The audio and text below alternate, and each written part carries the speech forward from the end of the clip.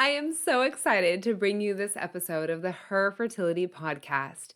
The amazing doctors at HRC Fertility reached out to me and asked if we could connect, and I recorded a very open and candid conversation with Dr. Alison Peck, a reproductive endocrinologist and fertility specialist at HRC.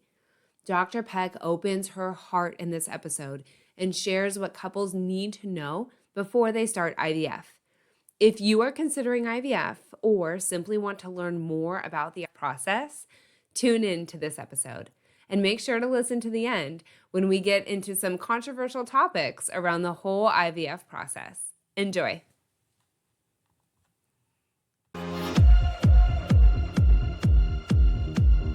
Welcome to Her Fertility, the podcast revolutionizing the way women are supported on their fertility journey. I'm your host, Jess Tims. With years of supporting women as a fertility doula, I've seen the emotional pain caused by infertility, including my own struggle with unexplained infertility. And I always knew there had to be a better way to support women with their fertility health and healing. This is the first podcast to combine the principles of spirituality and energy healing with the research-based fertility data to support you in a way you've never seen before.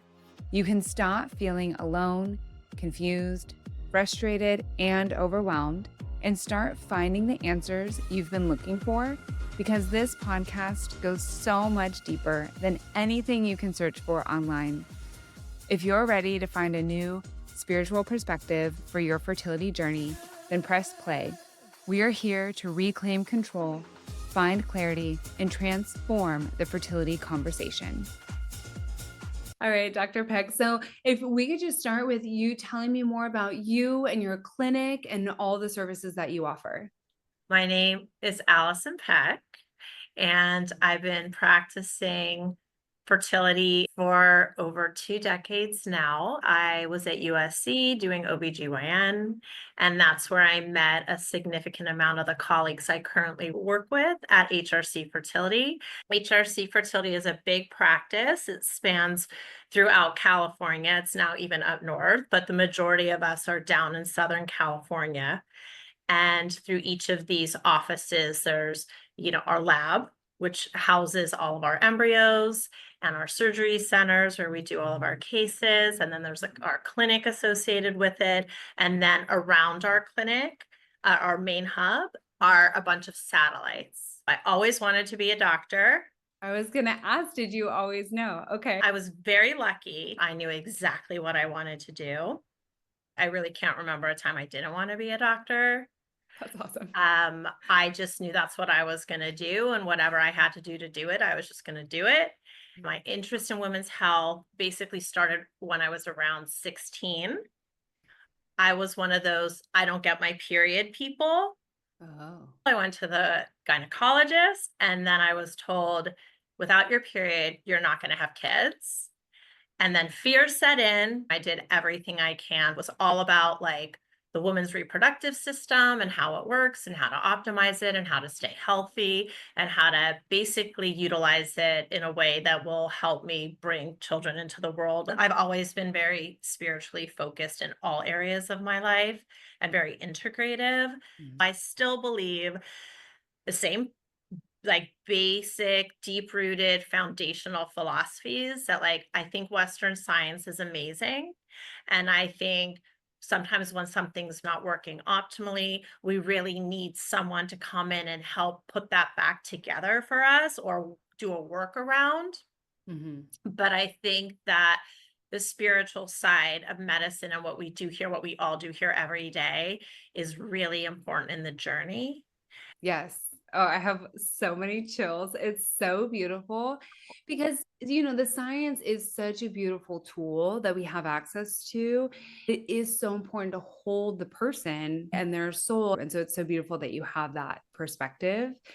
Would you say that the bigger problem is a lack of education? Are we missing something in our culture? At an earlier age, it sounds like you had such an inner knowing that you needed to focus on the problem of not having a regular period. I think that we're humans, and bodies have been around for a really long time, and it kind of knows what it's supposed to do and how it's supposed to work. And I do believe that we're here to reproduce. I think today in our world and in our time, a lot of social issues or environmental experiences has just added another layer to our already given challenge.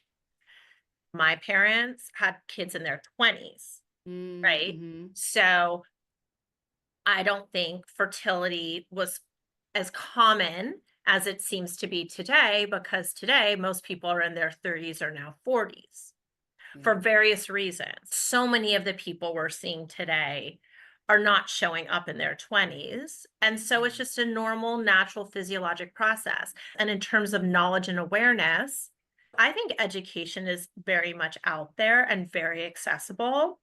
Patients that come in today know so much more about what to expect at the doctor's office, what their options are, and it helps them be better patients. And I think Yeah. that helps them be more a part of the journey. So I'm a Mm-hmm. big advocate for information and education. So I don't think it's as much a lack of education. I just think it's the world that we live in today. Mm-hmm. And it kind of is making it a little easy to be like, oh, if I can't have kids, maybe I'll just do fertility treatment at a later place in time because I have that as an option. Yeah, it has come so far, in Mhm. just a matter of years. And so I appreciate you kind of normalizing it, you normalizing like this is part of society. We are doing other things rather than focusing on having kids so young. And that feels really kind of fresh and okay. So when someone comes to HRC, who is IVF for? That's a good question. By the time the patient is at a reproductive endocrinologist or in an infertility specialist office, it's fair that they should be thinking the world of IVF. Mhm. Does every patient get pregnant through IVF, whether it's through me or any other one of my colleagues? No, we all will approach the problems differently. I think I've always stayed true to one thing.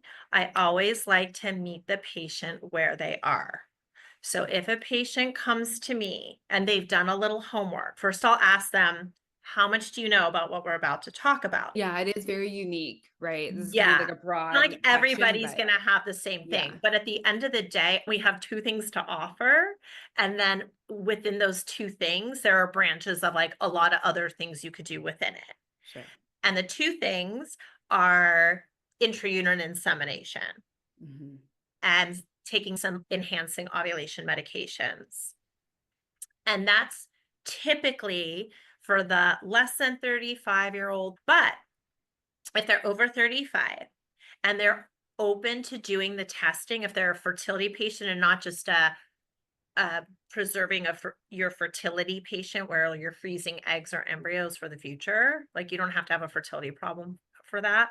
Yeah. If you're a fertility patient that's been struggling, you're over 35, it's been 6 months, you get your period, you have no reason to believe that there's an issue. And now you just want to check your body out and see if there's actually something wrong before you make a good decision on statistics, then doing IVF is a better option for your global success rate. If your tubes are blocked, if there's not a lot of sperm, if you've tried a bunch of IUIs, if there's a genetic condition that you and your partner both carry and you want to use science to try and prevent you from having a baby with that particular disease, if you don't have a uterus and you need someone else to carry a baby for you, these are all reasons why you would just go straight to IVF.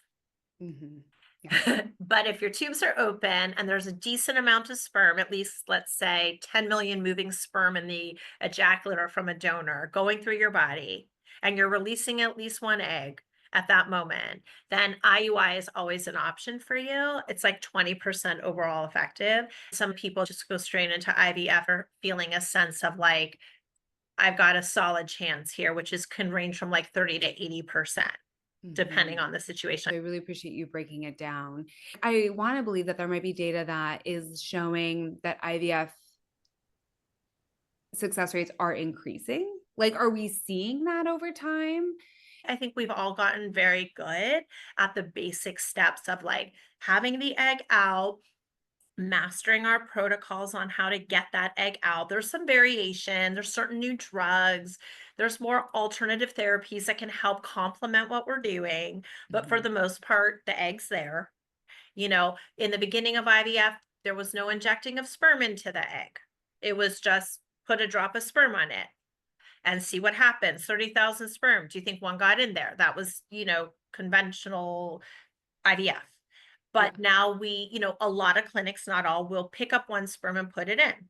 And then there's all these washes you could do on the sperm now to make sure, like, well, this is the best one that I could do. Sometimes the sperm's going to come out of the testicle of the man, and then that is the better sperm. So there are a lot of good technical things that I do think have improved the rate overall.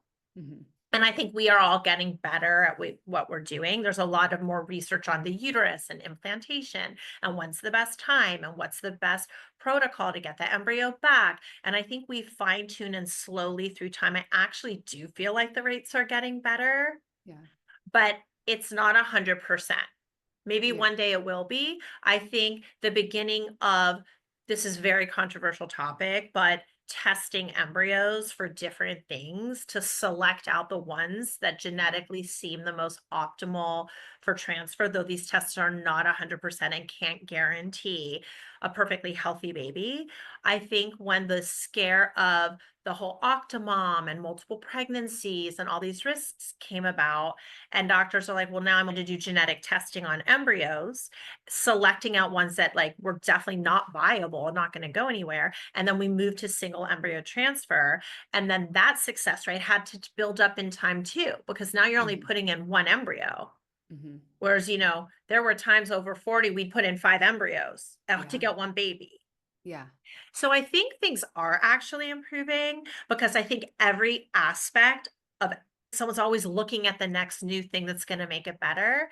I don't think socially waiting and being an older person and trying later, I don't feel like that's actually gotten that much better Mhm.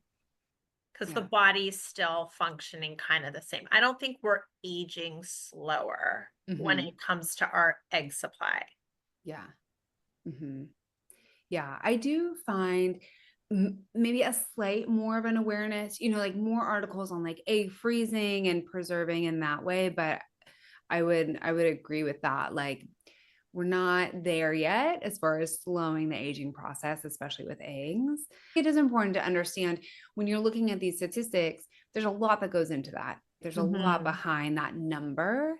And so if a couple is there, they're ready to take that next step. Any tips on how to pick a clinic, how to choose a doctor to work with? Because if you're lucky, you do have a choice in that. I know there are some areas where that's not an option, but somewhere like LA, here we have many options. And so, how Yeah. does a couple go about selecting a clinic? There are a lot of us and like we're good. Like we're Mhm. nice and we're caring and like we're all good. Like we worked really hard to be here and we all really I really feel like I'm yet to meet a colleague that isn't in it for the heart of it. We're all really here to do good and help. Yeah. So you got to like who you're working with. I do think in time experience does help. Mhm. I think that old school, like if you know other people that have gone to the person that you're hoping to go to, word of mouth is always ultimately one of the best ways to find a person, whether it's from your OBGYN, your primary care, your acupuncturist, your doula, like whoever it is. That person has to be the person that you're comfortable with. You can ask questions to, you feel has your back, is on the journey with you. And then, Yeah. of course, success rates. You do want to know, and you should feel comfortable asking. Success rates vary, though, clearly, and I kind of mentioned it, not just by the clinic. The lab is like utmost importance. The actual lab where your embryo is going to be created and stored and all that. Mhm. And also what the couple brings. Yeah. Patients don't always get that part. they'll want to go to a clinic that has like the highest success rate, which is great. But if they're not a highest success candidate, it's not really always the clinic or the doctor. A lot of it is like the problem that you're dealing with that person and how willing that person is to use alternative forms of therapy.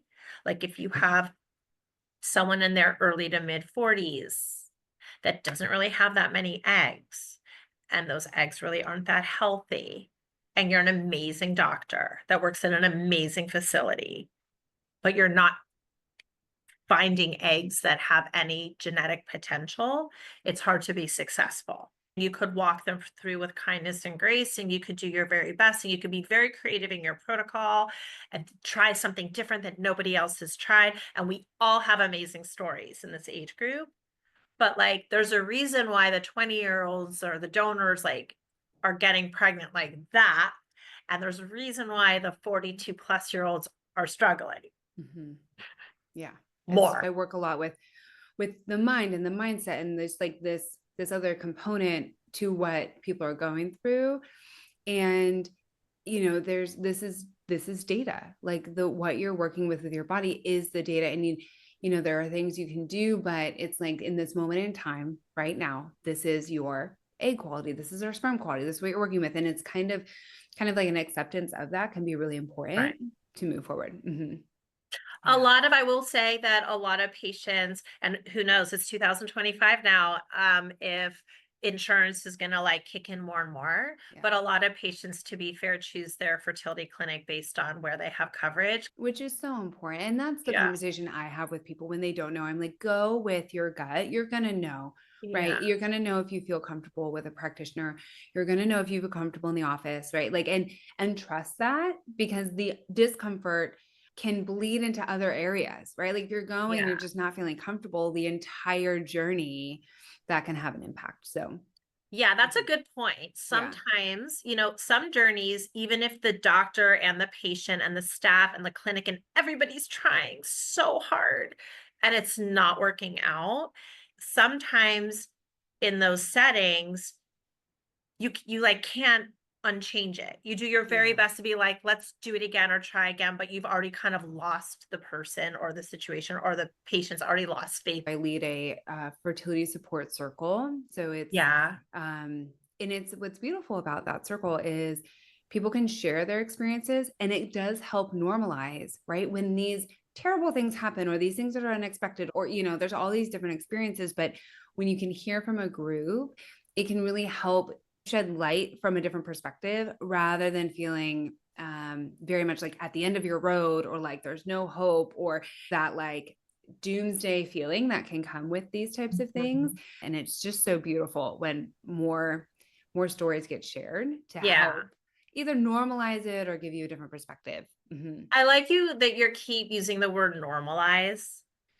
I haven't heard, like you've said it at least 3 to 4 times.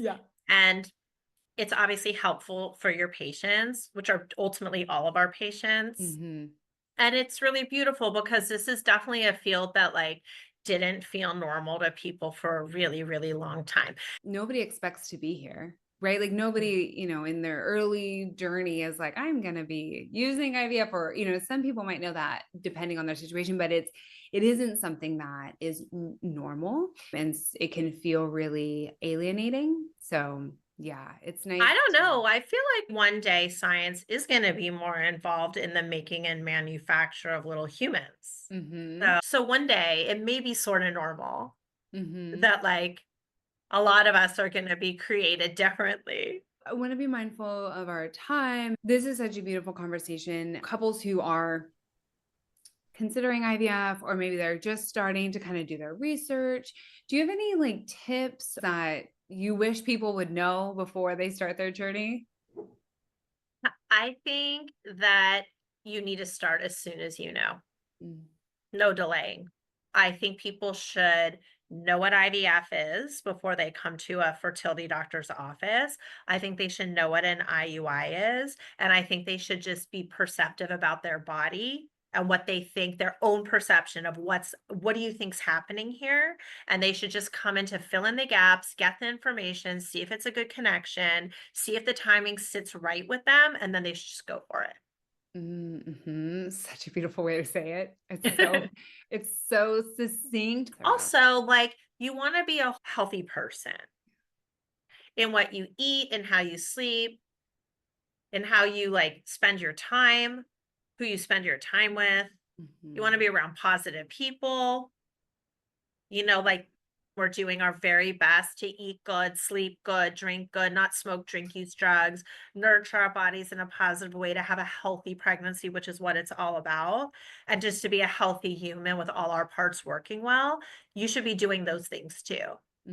Anything you haven't taken care of that you have to take care of, you should take care of before you're pregnant. And I don't know, be really open-minded that we do really great stuff here with the whole science. But just like I started the conversation, like, there is a holistic approach to everything in life, and there's a spiritual realm. And that spiritual realm, you need to like be open to tap into that. There is some power in like telling yourself and believing through all of your being that it's going to happen for you. Maybe it won't look exactly the way you expected it. I do think we have the power to create things. Oh, Dr. Peck, that's such a beautiful way to sum all this up. And I couldn't agree more. I do think listeners are ready for that, the whole self, rather than just these little components that we find online. Well, I'm glad that we're both doing the same type of work in a different way and servicing the same need. Me too. If people are in the LA area, where can they find you? The HRC website, havingbabies.com. Havingbabies.com. Awesome. Yeah. And I'll make sure to link that in the show notes. Okay. And Dr. Peck, thank you. Thank you for your heart that is so apparently in this. And thank you for sharing all of the information today. It was a true pleasure. It was a good day. Thank you too. Thank you so much for listening to this episode of the Her Fertility Podcast. In a sea of big name podcasts, your support means the world to me. If you enjoyed the show, I would so appreciate your support by leaving a review on Spotify, Apple Podcasts, or YouTube, wherever you listen, to help me reach as many women as possible. You can also share this episode with a friend. Sharing the podcast is the best way to help it grow and build a community of support around you on your fertility journey. If we aren't already connected, please find me at Fertility Jess on social media, or sign up for one of my next fertility courses or offerings at fertilityjess.com.